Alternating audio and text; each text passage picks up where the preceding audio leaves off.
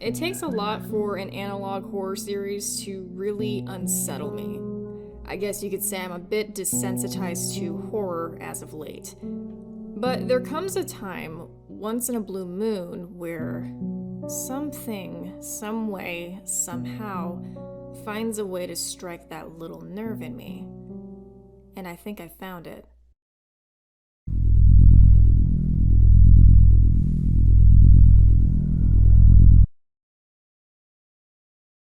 Now, you guys know how I am on this channel. I love me a good piece of analog horror, but it takes a lot to scare my old ass. I don't know, maybe I'm just a little bit set in my ways. I'm a tough cookie. I'm hard to impress. So it means a lot when I say that, a certain analog horror series managed to really, shake me in my boots in my shake, if you will. This one did exactly that. It's called Dog Nightmares by Piggy's Soda.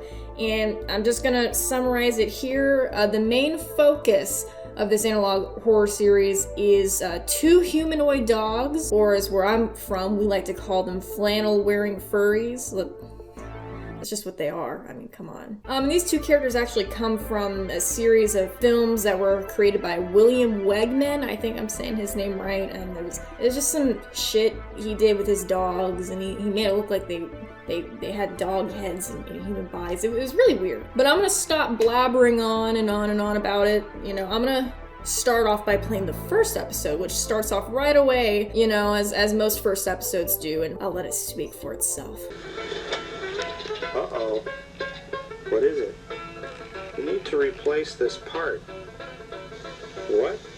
You need to replace this part. What is it? Let me install it for you.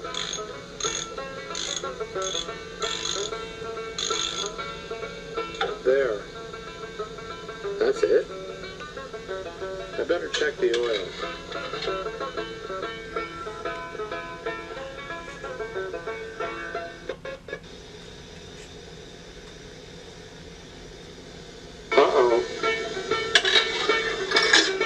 Could be trouble.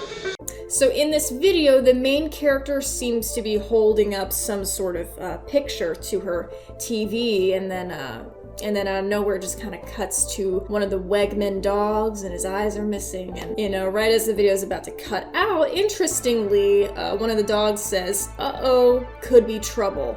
But right before the video cuts, of course. That is interesting. Pretty self-explanatory what that one means. It kind of means our friend here might be in trouble, I would take that as a direct attack. Now, after brightening the image a little bit, it does say he's still out there. And the full image does get shown again later on in the series, but just keep that in mind. This is that exact same image. And there's a reason why it was shown there, I feel like. I'll elaborate on that later. The last part of the video, again, cutting out, could be an implication that whoever's in the picture might be in trouble. It would indicate that whoever's in the picture might be fucked, okay? Fuck Bigfoot. You got fucking 6-foot tall Weimaraners running out there. I'd be pretty scared of that if I were you. That's like the new Bigfoot. That's the new skunk ape, honestly. You guys remember that TV show, Finding Bigfoot? Did anyone else watch that show back in 2010? They should make another version of that show where they go after these little shits right here. Sign me up. I'll be a part of that show. I'll run it myself. I don't give a fuck. I don't need money for that. What, you crazy? I don't need money to run a reality TV show. You're crazy. Okay, in the next episode, it's a little cute slideshow situation, if you will. It's pretty terrifying, actually. It's just kind of a slideshow of zoo animal pictures, presumably, done by a child. If I were to guess as such, I'm not trying to make judgment calls here, all right? But I think it was done by a child. And it's mixed in, of course, with some family photos and some weirdly censored faces, I guess, whatever. And then there's special emphasis put on the stairs. Now I'm gonna let the rest of the video here play out for itself.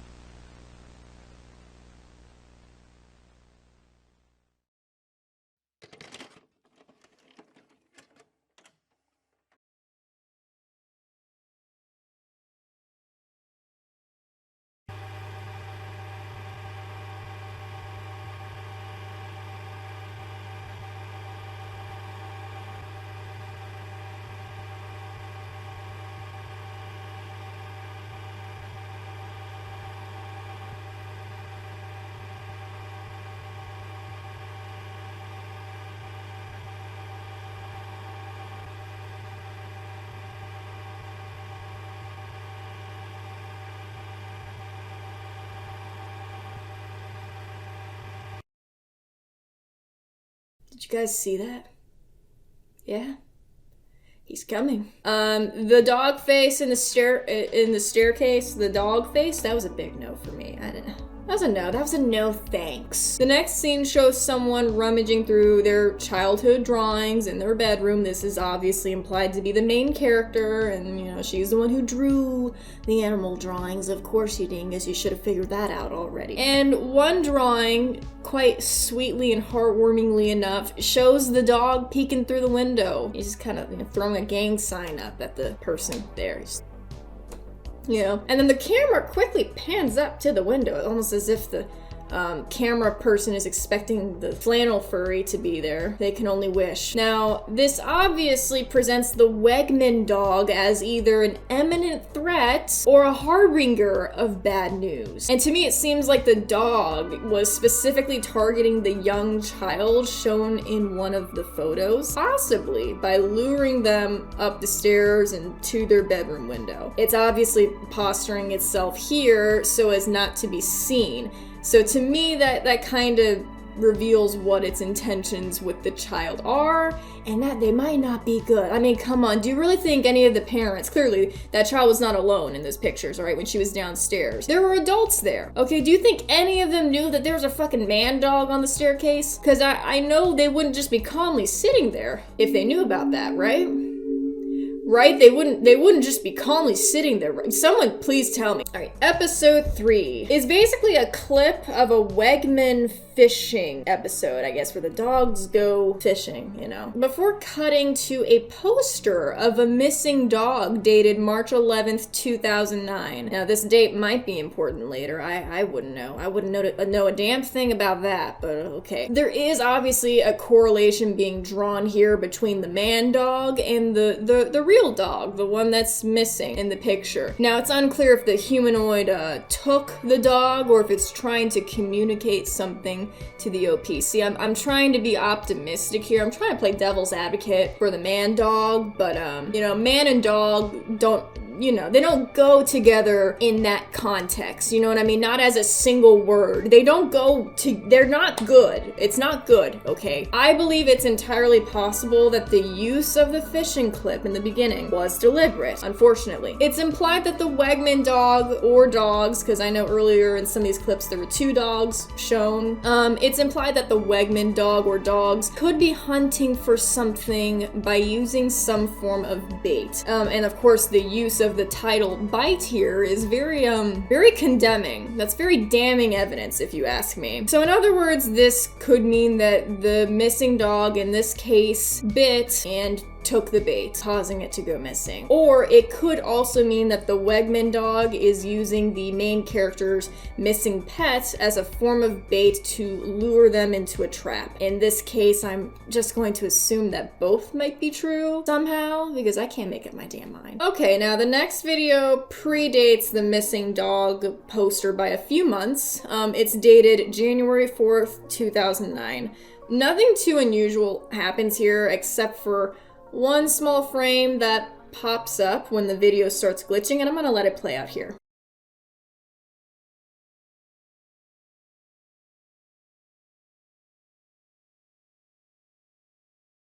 For entrees, we have peanut butter, hot dog, bologna. I'll have a turkey sandwich. Excellent choice. We're ready to order. What flavor toothpick? Cherry or lemon? Lemon.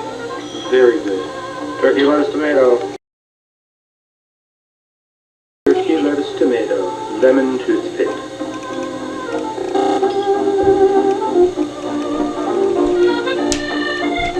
What's this? This is a cherry toothpick. I ordered lemon. Right, sir. I'll take.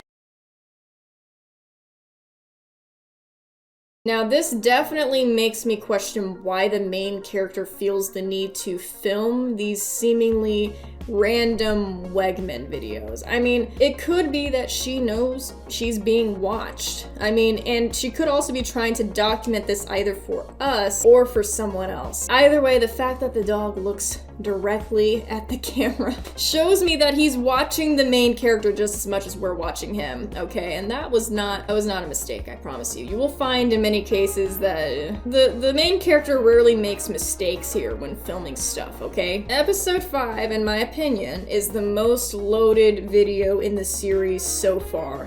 The video opens up with the fishing scene of the Wegman dog, and then the video cuts to the main character putting up a missing poster for her dog, Bailey. And of course, this part is time-stamped March 24th, 2009, so there's some sort of some sort of timeline going on here. As the winter of 2009, it was a very prominent time. It was a good time. I remember so much about it. It was great. Like a boss, man! I was doing great. Now, in the next scene, there's this crumpled piece of paper that opens up, and if you guys want to read any of these notes, you're welcome to pause the video, but what I'm gonna do is kind of summarize what they say, because a bitch is lazy, okay? The paper opens up here, presumably written by the main character, talking about how she's still looking for her dog and keeps getting random phone calls from an unknown person.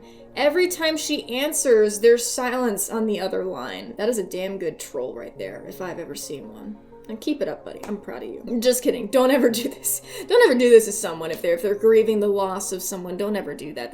That's fucked up.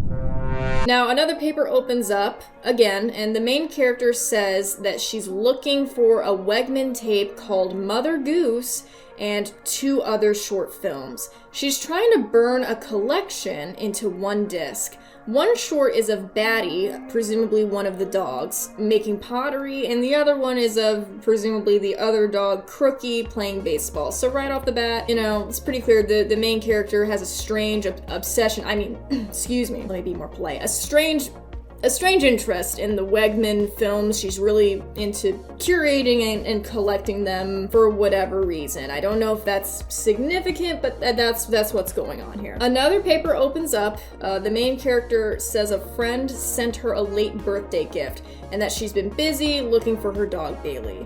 The friend said he wanted her to record herself opening up the gift. The main character says she's tired and she'll do it tomorrow. Honestly, that's relatable. That's relatable. Yeah, you do that shit tomorrow.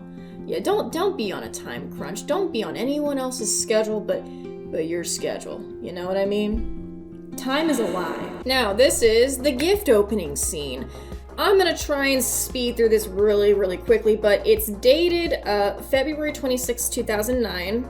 The main character basically films herself opening up gifts from her friend. Now, we learn that the main character is named Emily. The gifts are a green get well soon card with a Wegman dog on it, and the Hardly Gold movie. It's world famous. Everyone knows about that movie, guys. Come on, get with the times. The main character then shows off a photo album that she made where everyone's faces are strangely covered up by paper cutouts of animal heads. See, now this all makes sense. See, the whole family is furries. That's why all this is cool with her. She's down with it. She's fine. And, the rest of the album contains zoo animal pictures from before, that kind of stuff. Furry.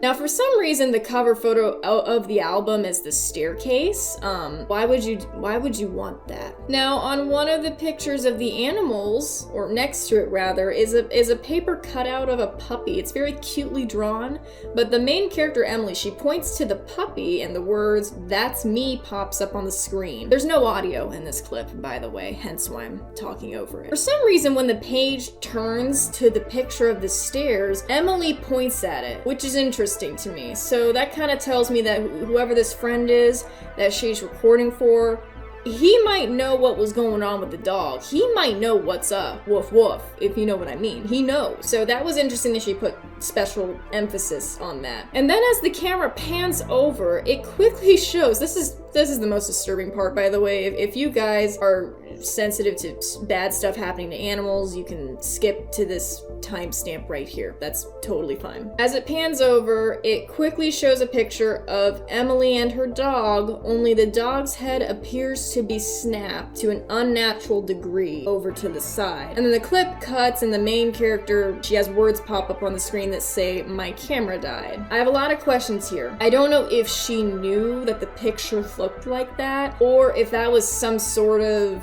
visual glitch that was done by the dog demon man and she couldn't see it. It would be very interesting if she was aware of the picture looking like that, though. That makes me ask a lot of questions, like how? Sister girl, how much about this do you know? Are you in on it? Are you in cahoots with the dogs? Are you a dog? Are you a bit? Okay, and then the next part, again, this is quite disturbing. It's an up-close picture of the snap-necked dog, you know, just shown on the screen, and then there's just barking in the background. And then the next note pops up after that. The main character states in the note that she has a recurring nightmare about her dog not being there, and she states that in the past she wasn't able to make it home, and implies that her dog must have come out looking for her. And a drawing of the dog next to Emily is shown in the next scene. The next note says that Emily will continue trying to find Bailey. The next note states that someone keeps taking the posters down, and she had to keep putting them up. I'm going to revisit that later on, but that will be important. The next note says that Emily found some old pictures of Bailey from her old home, as well as some of her old paintings and a book she made as a child. The next note asks, "Would you like to take a look?" The next note states, "We can look together now." Any of you guys familiar with this sort of thing? You already know the jump scare's coming. So any of you guys, again, if you're sensitive to bad stuff happening to animals, skip to this timestamp here. You're more than welcome to do that. But this is the picture. I'll play this out for itself.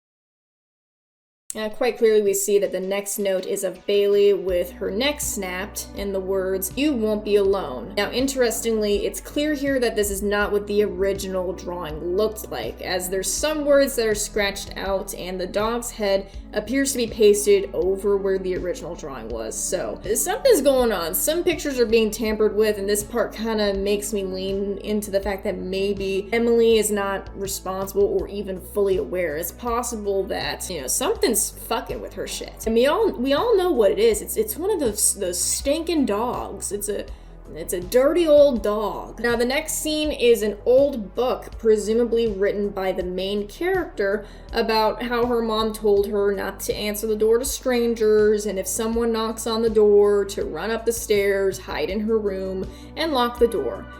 For some reason, that part where she was explaining that last bit, door is scratched out. I don't know what that part means. Maybe there was no door.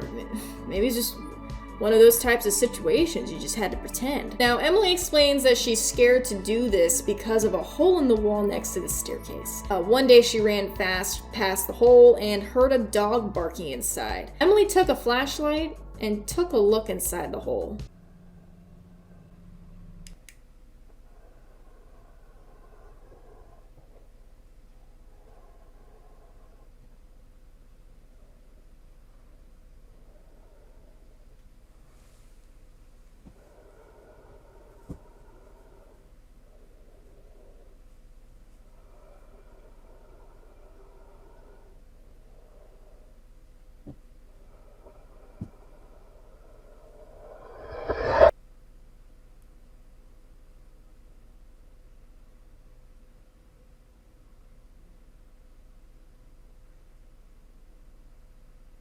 And then I met my new best friend.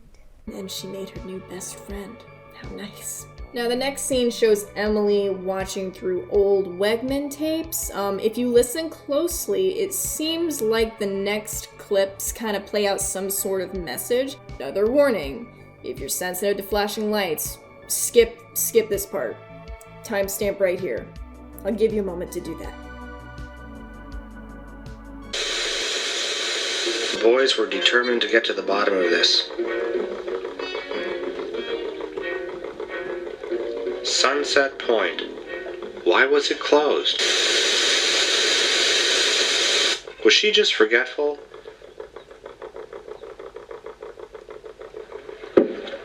Or was she in trouble?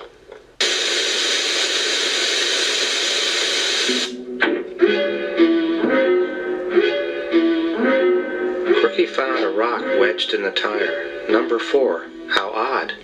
That should keep her out of the way. Did you give her more nerve, Nana? I tied her up and put her in the old geologist shack. Good. Good. Before they're on to us, we'll be in Canada. Over here? Over there. Through here.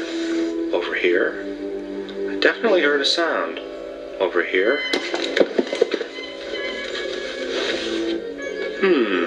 Not here. Side. Okay. Who do you think they be? Beyond. Maybe only dog is still out there. Can you think? Oh, dog is still out there. Anyway.